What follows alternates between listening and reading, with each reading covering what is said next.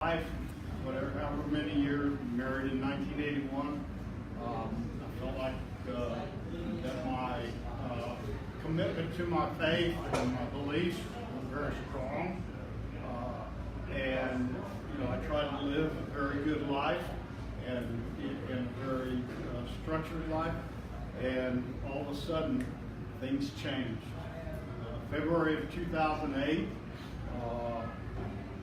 Not too far from here, Memorial High School. I was up, it was in February, at my son's baseball game, and all of a sudden, it's like clear blue sky, just like today. It's like getting hit by a bolt of lightning, and I went down. Had a heart attack. When that happened, not only did I have a heart attack, but I died. Gone for 5 minutes and 18 seconds. And if you know much about how a heart works, there isn't a whole lot of time left at that point.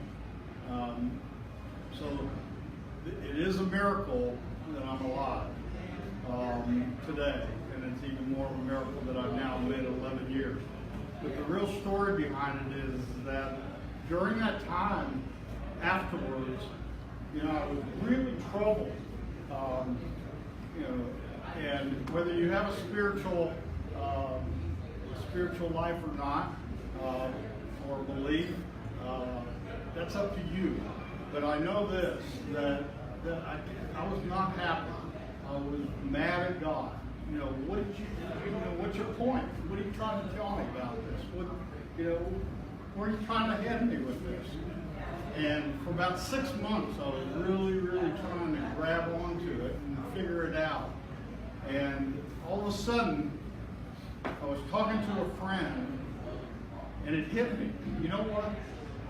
God's trying to tell you that you need to help people. And that needs to be your mission for the rest of your life. You've had a good life, you have a great family, you have a career, you have all these things. But that's not what it's all about. It's about helping people. So to see a guy like Juan do what he's doing for y'all is exactly what we all need to do to help each other.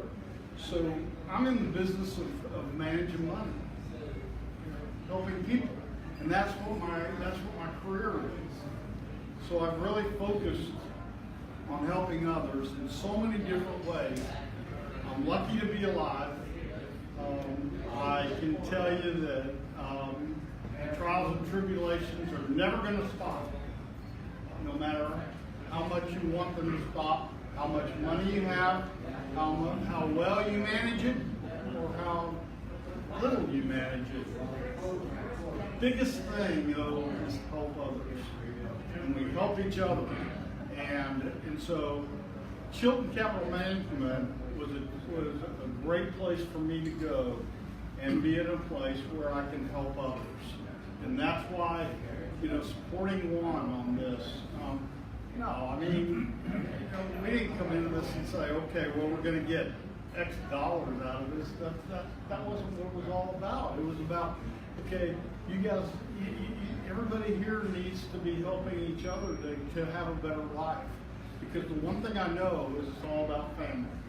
Okay, so the most important thing, that we talk about at our firm is that there's faith, family, and the firm in that order.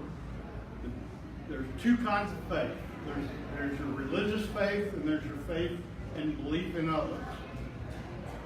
There's two kinds of families: your family at the office and your family at home. Guess who you spend more time with? Family at the office, right? So, third, then it's the firm, and the firm comes last. But if you do all those things and build that culture, it's amazing what the return that comes back to you. So, we talk about investment returns, but there's also personal return. There's just something about that feels better about yourself when you have personal returns. So think about it every day that what am I going to do when I wake up today to go help somebody to have a better life? if you do that, you'll be rewarded in so many greater ways than just by money. And I will tell you, the fact that you want to help each other, you're already a long ways along the path of doing something that is meaningful in the world. And each one of you can be meaningful in your own way. So I leave you with that, and if we can help in any way, please. We have a sign-up sheet, and we've got just great people. We have really great people. And BJ is a very gifted speaker. He is very renowned in the energy world. He speaks at a lot of events. And so actually we're very lucky to have him here as well. And he's part of our firm. So I want to introduce BJ Willingham. Thank you all.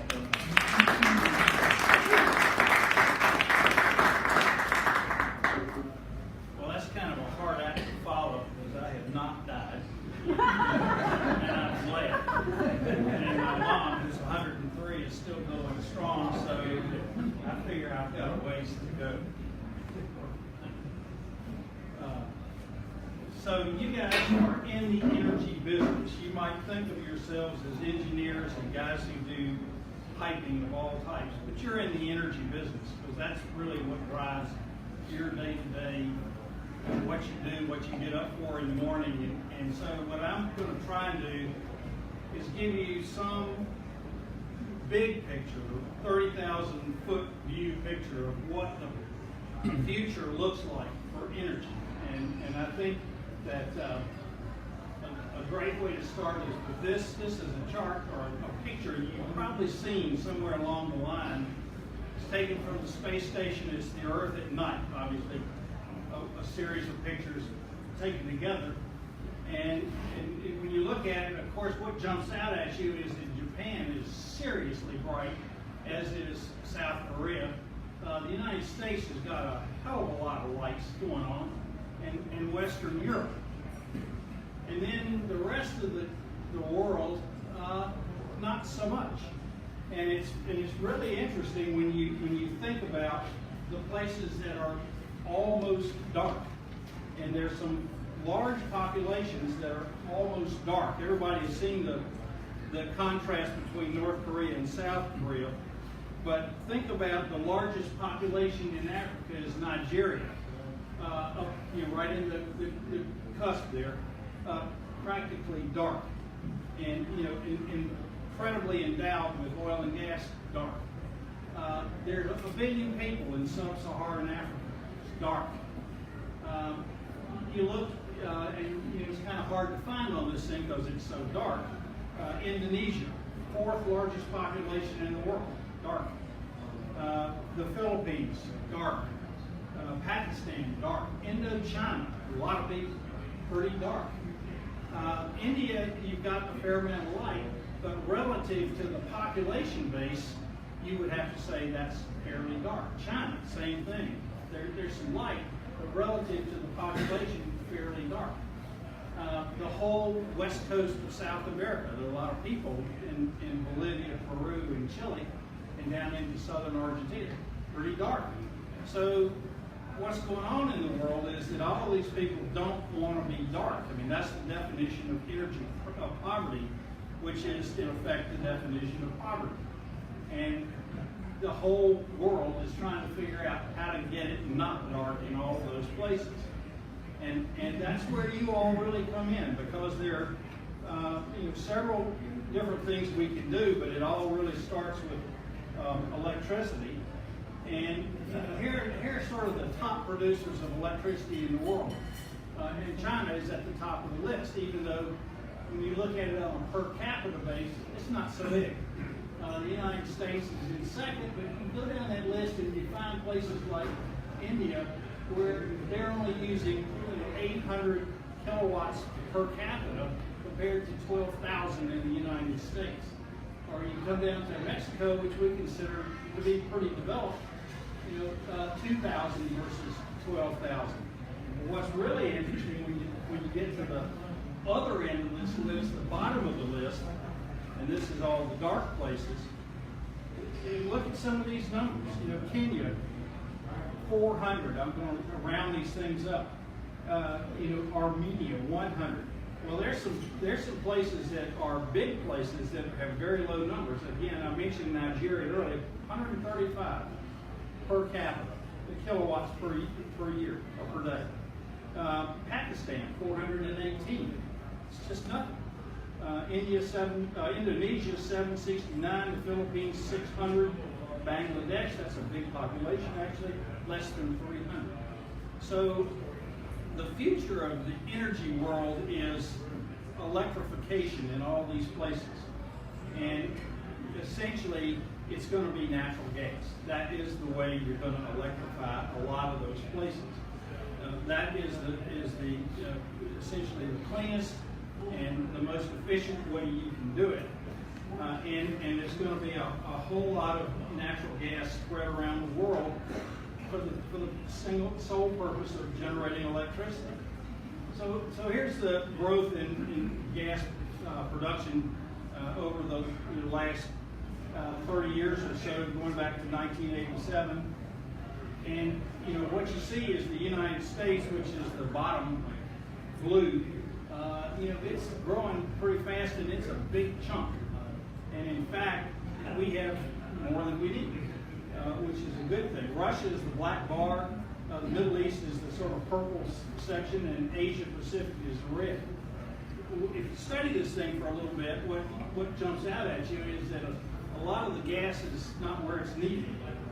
It's where there are smaller populations. Russia would be a perfectly good example of that. It's not a big country population-wise anymore. You know, 150 million people round number, and they got a hell of a lot of gas. So they're piping it to all the places they can run a pipe into China and into Europe. Problem is, Europe really isn't happy about that. They just assume not be at the mercy of all that Russian gas. So they're trying to figure out how they can get it from somewhere else. Where can they get it?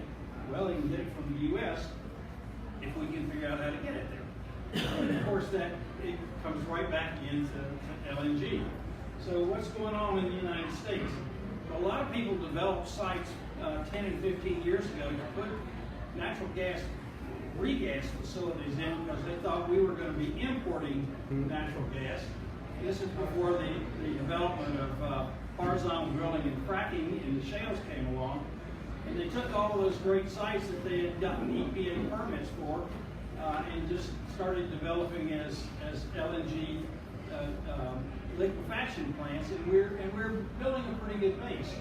And we've gone from a couple of billion, and this is BCF per day, up to in another 18 months or so, roughly 12. And you guys are familiar with all of these, and you've probably worked on a lot of these.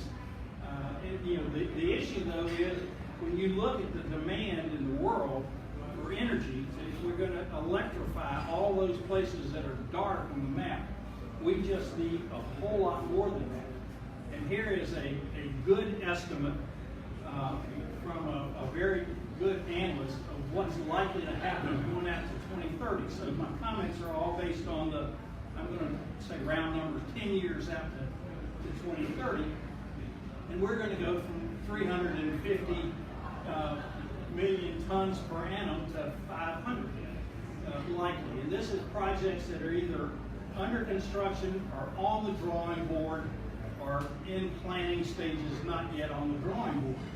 And to put that in perspective, from 2025 to 2030, that 5-year period, the estimate is a 25% increase in the LNG production. Now think about the size of these plants. It's a giant, giant number. And when you do what I do, which is in the investment world, of course, it all comes down to dollars. And so I sit there with and it's nice to have people who do arithmetic. I don't get that a lot of times when I'm giving speeches. So I sit down and say, okay, the average cost per ton of liquefaction has gone down fairly significantly over the last decade. And we're sort of $1,000 now, but when I do the math out there, that is well more than $100 billion of investment that we're going to need over the next decade in liquefaction for LNG. That is a lot of pipes, guys. That is a lot of pipes. So it's okay, you can clap. So I think you're going to be really busy building the LNG plants, and I think they're going to be plants coming out of the woodwork. And the irony is that 2 years ago, everybody said, "Oh, there's going to be too much. There's an excess with all these new plants we've got coming on," and there's not. All of it has been spoken for, and there's still people who are trying to sign up for more plants because they see this demand rising. So you're going to be real busy on LNG. Let's go to oil. We went from peak oil a few years ago to the concept of peak demand for oil fairly recently, and they're both equally wrong. The chart on the left is the GDP oil demand growth ratios. In other words, if GDP grows 1% globally, the demand for oil grows about 0.5%. So that's the relationship, and it's kind of a tricky equation because it doesn't grow very much in the developed world. So if you look at the OECD, the United States, Europe, Canada, Japan, it doesn't grow very much.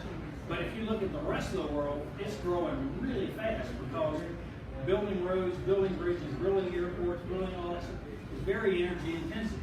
And it's a lot of trucks hauling concrete and gravel and steel and the rest around. So if you look at China, the number's significantly higher. If you look over that sort of 20-year period, 30-year period, it's more like 6 or 0.6, 0.65.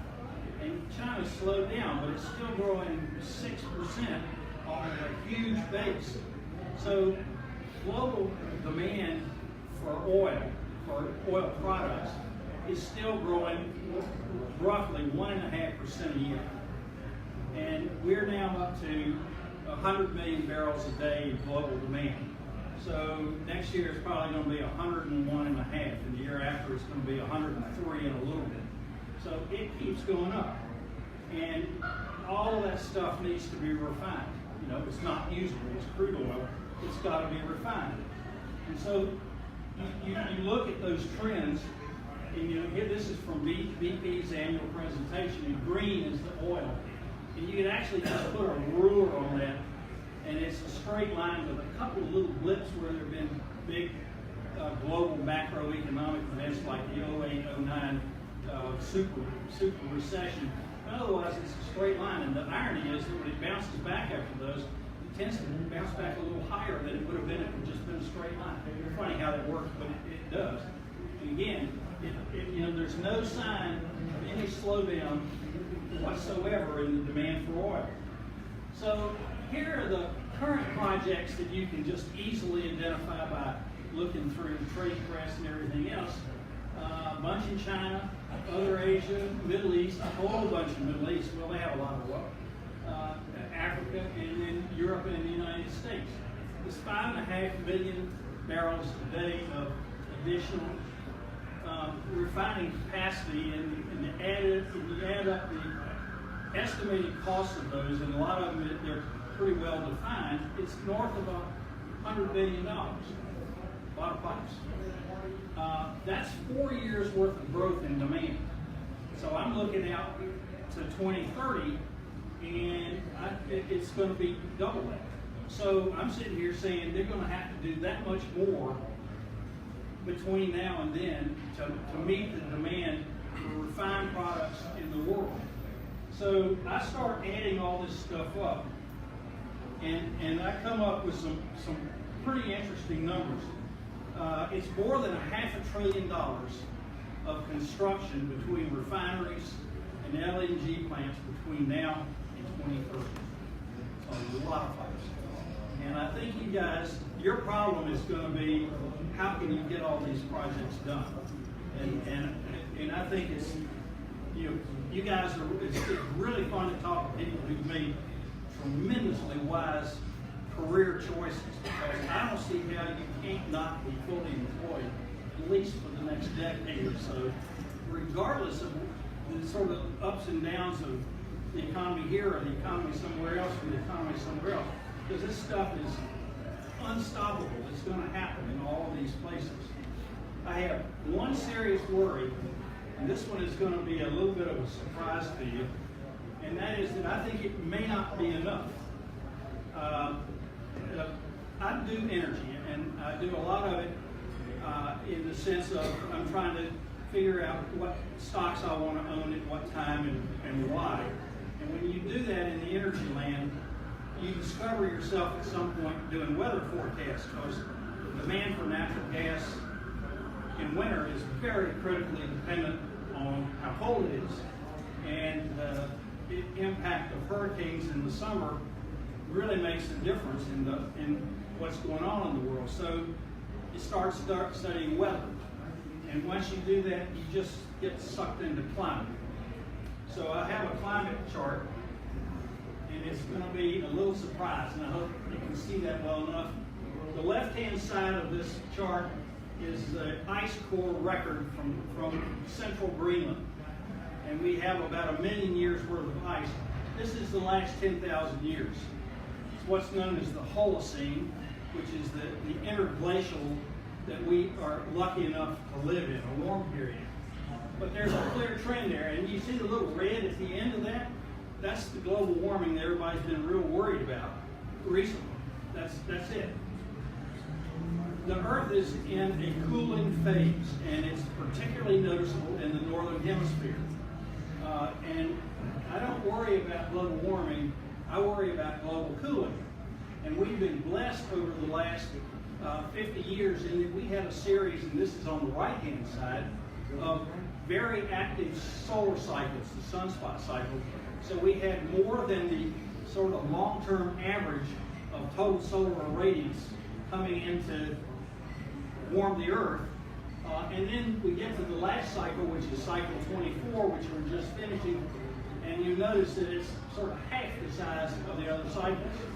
And the number coming in the last 3 or 4 months has dropped below anything we've seen literally in the last 200 years. So the sun is doing something really different, and that cycle looks like the cycle from 200 years ago. And the big long-term picture, which is driven by what's called the Milankovitch cycle, and it's the orbit of the Earth and a variety of aspects of that. Say polar. And if you go back 200 years and look, it's what's called the Dalton minimum. And it's when the book Scrooge was being written, because everything was frozen in London, and Hans Christian Andersen was writing about the little Maestro freezing to death in Amsterdam. And I'm sorry, but it's going to get really cold in Norway when this happens. You may need to live here. But what I worry about is, in the next solar cycle they already know a lot about, because of the internal dynamics of the sun that we can now observe, is going to be another small one like cycle 24 that we were just finishing up. The probability is it's going to get a lot colder and go back to numbers that are going to demand a great deal more energy in terms of LNG around the world and diesel distillate for heating, home heating purposes in Europe, where they still use a lot of that. So my answer is, not only is the development of energy wealth around the world for the people who are in energy poverty now working enormously to your favor, but I think there's a climate event coming that's going to amplify that and make your life a lot even better.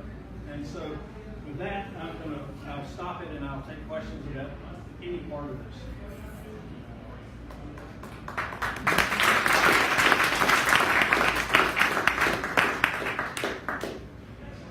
No questions? Yeah. The U.S. independent in oil production.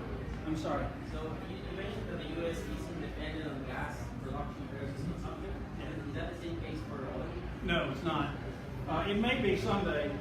The United States uses about 19 million barrels of oil a day, and we produce 12 plus. So we still are a net importer of a significant amount of oil, and you hear these comments about we're exporting more oil than ever. 3 million barrels a day is kind of the last numbers. Well, the answer is there's a mismatch between what we produce and what we refine, or our refining capacity that we've built over the years. And we upgraded a lot of refineries to use a heavier, sour grade of crude, and the oils coming out of the shales are very light and mostly non-sulfurous or sweet oils. You basically can't run it through the big Valero refinery in Corpus Christi. It won't go through. But they have refineries in Europe that can. So what happens is we send them that, and in exchange we get a heavier, sour crude out of the Persian Gulf or somewhere else. So we're swapping around. But the answer is we still import a fair amount of oil. Nat gas, we have an absolute surplus, and we're a net exporter. And that's going to get bigger and bigger. And the largest gas resource probably in the world is the Marcellus Shale in the Northeast, and its little brother, the Utica Shale. And those wells are astonishingly prolific. And so we just have enough gas to supply a lot of people for a very long time. So, but oil, we still import a fair amount. So, like with beer, beer stocks tend to go up in the summer. Yeah. And so when we're looking at the gas, natural gas, so are you saying those stocks follow a similar cycle in that they go up in the winter? And with investments would it be better to invest in the producers of natural gas, or the refining capability, or the utility companies? This is not a short answer question. BJ, repeat. Yeah, the question is there a seasonal pattern to the nat gas stocks like there is with some other areas? And it's not that we produce less gas in the summer than we do in the winter when the demand is high. It all goes into storage. So production tends to be very stable, and we draw it out of storage in the winter and then fill it up in the summer, and it's just beautiful. That's the sine wave of drawing and filling. So the key to trying to figure out where they're going to go is in the winter, how low does storage get, because it tells you how strong the demand is going to be in the next summer. Now, we've gotten to a pretty low point this year. If we have a hot summer, then gas prices are going to be really strong. If we have a medium summer, they're going to probably stay between 275 plus or minus a little bit, and so that's not going to make gas stocks do anything one way or another. I think the answer is you have so much LNG capacity coming on in 2020 and 22 and so forth, that the demand at that point is going to drive prices higher, and it will equalize between the U.S. and the rest of the world, which is higher. It's about $6 in the rest of the world and $3 here, so prices are going up. So, if I had a long-term view on investment horizon, I'd be looking for long-lived gas reserves in the ground, which are going to be worth a lot more in 2 or 3 years. But that's a patient man's investment type approach. I like owning the stuff in the ground. It makes me feel good at night. But the LNG guys are going to do well. They're going to do really well. I work in offshore, my name is BJ Chaudhary. What do you think about offshore oil and gas production? Will go down to go up? Offshore side, like Gulf of Mexico. Offshore side? Yeah, Gulf of Mexico. You talking about like Gulf of Mexico offshore? Yeah, the economics there are probably maxed out right now, and so there's still some developments in process that'll generate some growth, but the relative cost of gas onshore versus offshore it probably says you'll drill offshore for oil, but you won't drill offshore for gas, is the way I put it. Yeah, could you comment on the political transition in Venezuela and how will that affect the global energy market?